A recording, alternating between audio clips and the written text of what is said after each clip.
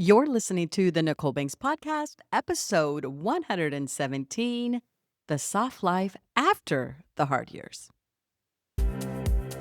Welcome to the Nichole Banks podcast, where divorced women heal, grow, and find new love and dare to begin thriving. I'm Nichole, your divorce recovery coach and happy hour queen. If you're a Gen Xer ready to shake things up, level up, and have some fun, you're in the right place. Buckle up. We're getting into today's episode starting now.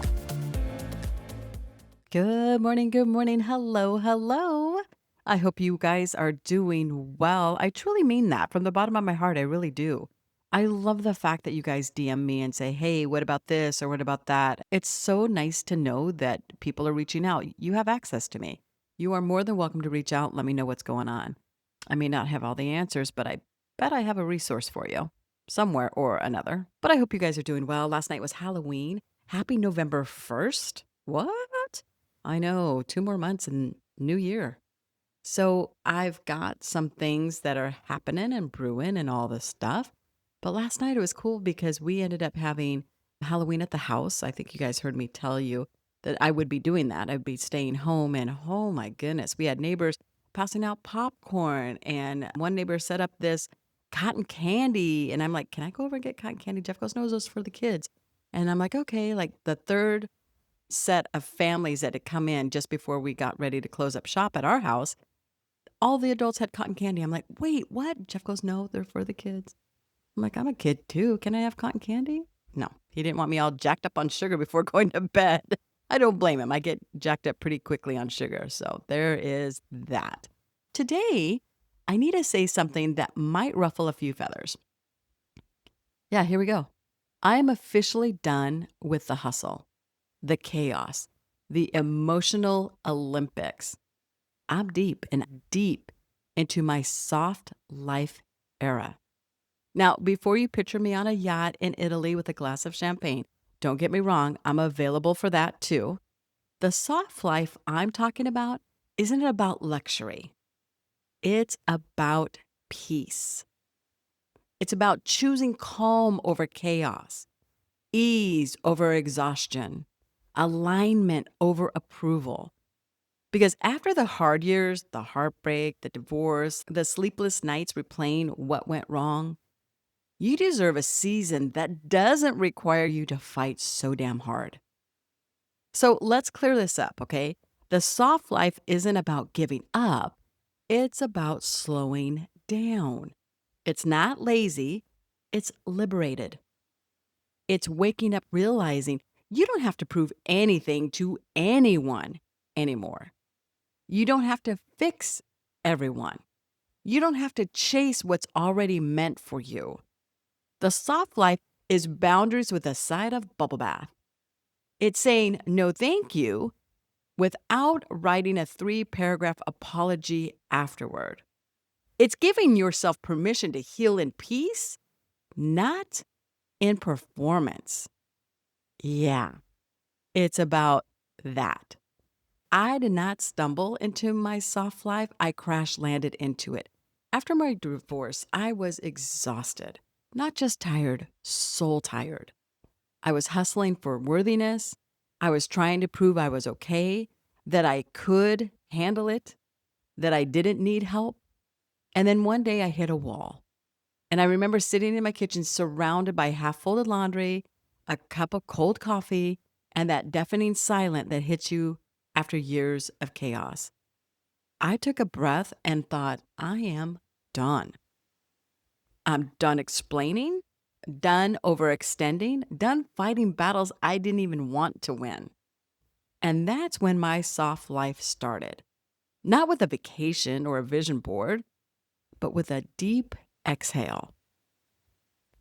Here is the thing, and I continue to live this way. I am a very positive person. And in life, if you don't realize that it takes just as much energy to be negative as it does positive, I'm going for the positive all day long. I believe that energy, that karma, that positive flow is going to come back to you if that's what you throw out. You with me on that? So last weekend, my aunt and I co hosted a beautiful luncheon for a local charity. a Genesis Center here in Arizona that helps with domestic violence. So it is a 90-day program. The women enter this program. They have to show up, right? They have to be real. They have to show up, but they usually come with nothing. One of my aunt's friends happens to own a spa and invites people to the event. And her people brought beautiful donations. My car was full of these amazing donations. And what they need is they need house robes and slippers and toiletries, and soap, deodorant, toothpaste, toothbrushes, things like that. Again, they come with nothing. Anyway, to make a very long story short, I said to my aunt, because it was hosted at her boyfriend's nursery, I said, "You really are sponsoring this. Let's make it a legit thing. I'll make a little announcement thanking everyone who donated, thanking everyone who came, thanking everyone who put the word out, everyone who participated, everyone." Like, but then I'm also going to thank the nursery. I named the nursery. I told a little story about the nursery because that's where it was hosted. They took a lot of time to clean it up and set out these beautiful tables. You may have seen it on my stories, you may have seen it on my social media, but it was absolutely stunning. I thanked my aunt first and foremost for the luncheon idea. I thanked her for the catering. She catered all of it. I also read a little blurb in regards to the actual charity. The person that owns the spa in the town in which it was hosted was acting like a little snot, like just being rude to me. And she's never acted this way before. And I'm like, what is the deal? I don't understand.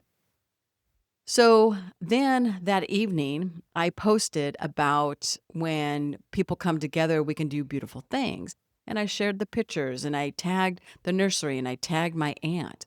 And then she jumped on board saying, without my clients, we wouldn't have had a beautiful event. And come to find out, she was very upset that I didn't mention her. And prior to my soft life landing, right, I would have been up in her grill or called her out on it. But you know what? Sometimes it's okay to just let it slide. It's not about me, it's about her. Let her throw her tantrum, let her throw her fit. And if she truly had an issue with me, reach out. I have a phone that works. I have a door that you can walk through, all kinds of things in that regard. But she was upset with me that I did not mention her and her business name at the luncheon. Well, number one, yes, she did invite people. I love that. Number two, we've never had an event like this. We do quarterly luncheons, and you've heard me say this on the podcast before with my aunt. And so the scenario is just simply this. It was a luncheon, then we ended up turning it into a thing. We found a charity that we could donate to and participate with. So, of course, I mentioned that because the women who donated and are there for the luncheon wanted to know why they're giving and who they're giving it to. I loved it. So then, of course, I mentioned the nursery first and foremost because that's where it was hosted. So in my mind, I don't feel like she needed a thank you. However, there was generic thank yous for showing up, for being here, for participating, for all the things. That was not good enough for her. So then here is the thing. Is that on me or is that on her? Exactly. I'm not into it. I'm not doing the drama. I don't have to overextend myself. I don't have to explain. That's what I'm referring to. I am choosing to step back and go, that's not me.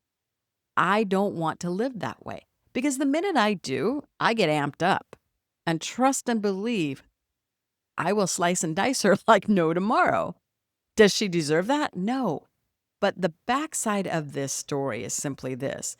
The minute I left, she was very upset and just barked up one side and down my aunt. Then she sent her these long texts that just repeated herself over and over again. Mentions my name 5, 6, 7 times in these texts. And I am like, wow, you're how old? How mature are you? Is this really a beef? And then she was upset about me mentioning something on social media. My social media is my social media. I don't believe in the drama. I don't believe in the negativity. You don't see me following politics. You don't see me throwing any religion out. You don't see any of that. It's all positivity by choice, my choice. So when we look at someone that acts that way, we get to choose to respond because that's the only thing we can control. Let me repeat that. When you have drama in your life, the only thing you can control is your response, no matter what. Going through a breakup, you get to choose your response. Going through trauma, you get to choose your response. Going through something chaotic like this drama, we get to choose our response. I share this because it just happened. And I just sat back and I'm literally going, should I be giving it more than 5 minutes? Because in reality, it's not going to matter in 5 years. So I went, you know what? No, I'm going to follow through with my soft life. I am choosing not to overreact. I'm choosing not to explain. I am choosing just to let her be her. So there's that. The question we have to ask ourselves is, why do we struggle to embrace peace? Because she's obviously not. How easy it would have been to just go, wow, I was so grateful that I was able to bring women here for this amazing event and not turn it into a business logo for her. Sometimes it's because we are addicted to doing. We've been taught that rest equals laziness, that slowing down means you're falling behind. We have survived years of survival mode, emotional, mental, and physical. Of course, we struggle when things finally calm down, and peace feels weird when we've lived in chaos for years. You know what I'm talking about. You finally get a night off, the house is quiet, your brain's, wait, are we okay? Did we forget something? Should I panic? No, sweet girl, you're just not used to peace yet, but you will be because it feels amazing. So here is your starter pack for the soft life. Stop explaining your no. You don't need to justify rest, peace, or joy. A no is a full sentence and a self-care strategy. Make rest non-negotiable. I love this one. Schedule it like a meeting. Protect it like your paycheck. Romanticize the mundane. This is such a great one. Light the candle. Use the fancy mug. Play music while you fold laundry. Soft life equals presence in the small things. If you know me, you know that I'm not a green thumb and I'm trying really hard. So I have a couple fake plants and I have a couple real plants. And I love the feeling it brings to me. It's like I'm being grounded by nature inside. I love, love, love that. And of course, I'll light a candle. And of course, I love any water glass with a pedestal. So I love the little things. Redefine productivity is such a great one as well. It's not about doing more, it's about doing what matters. And if you can, there's nothing wrong with hiring on the things you don't like to do. I like the last one, and that is choose emotional luxury. Your peace is your Prada. Protect it like it's designer. Because literally, if we had a designer bag, we wouldn't be setting it on the ground. We wouldn't be we want to make it a priority, in other words, is what I'm referring to here. Look, my soft life doesn't mean I float around in linen dresses eating strawberries in bed, though I support that vision fully. Trust me when I say this. It means I've stopped saying yes to stuff that makes my soul itch. It means I'm okay letting texts go unanswered for a day or 3. It means my vibe now, if it costs me my peace, I cannot afford it. It means I'm setting boundaries and I'm sticking to them. And if my aunt's friend doesn't want to participate in the next luncheon, that is totally okay with me as well. I'm down with that. You've done the hard work. You've done the hard years, the crying on the bathroom floor years, the fighting to be seen years, the proving yourself years. Now it's time for the soft ones. Ones where you rest without guilt. Live without fear and let life be easier than you were taught it had to be.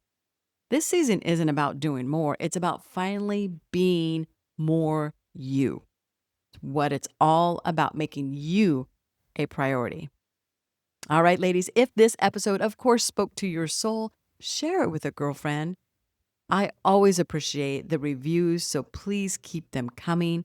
If you're ready to fully step into that peace, pre order my upcoming book, How to Navigate Heartache, Healing, and Love After Divorce. It is your guide to rebuilding your confidence, setting boundaries, and finding love that feels like calm, not chaos. Or head to NicholeBanks.com and grab one of my courses, especially Boundaries 101 or Confidence Looks Good on You. Until next time, remember, peace is your new power. Chin up, crown straight, dare to begin, girl. We'll see you next time.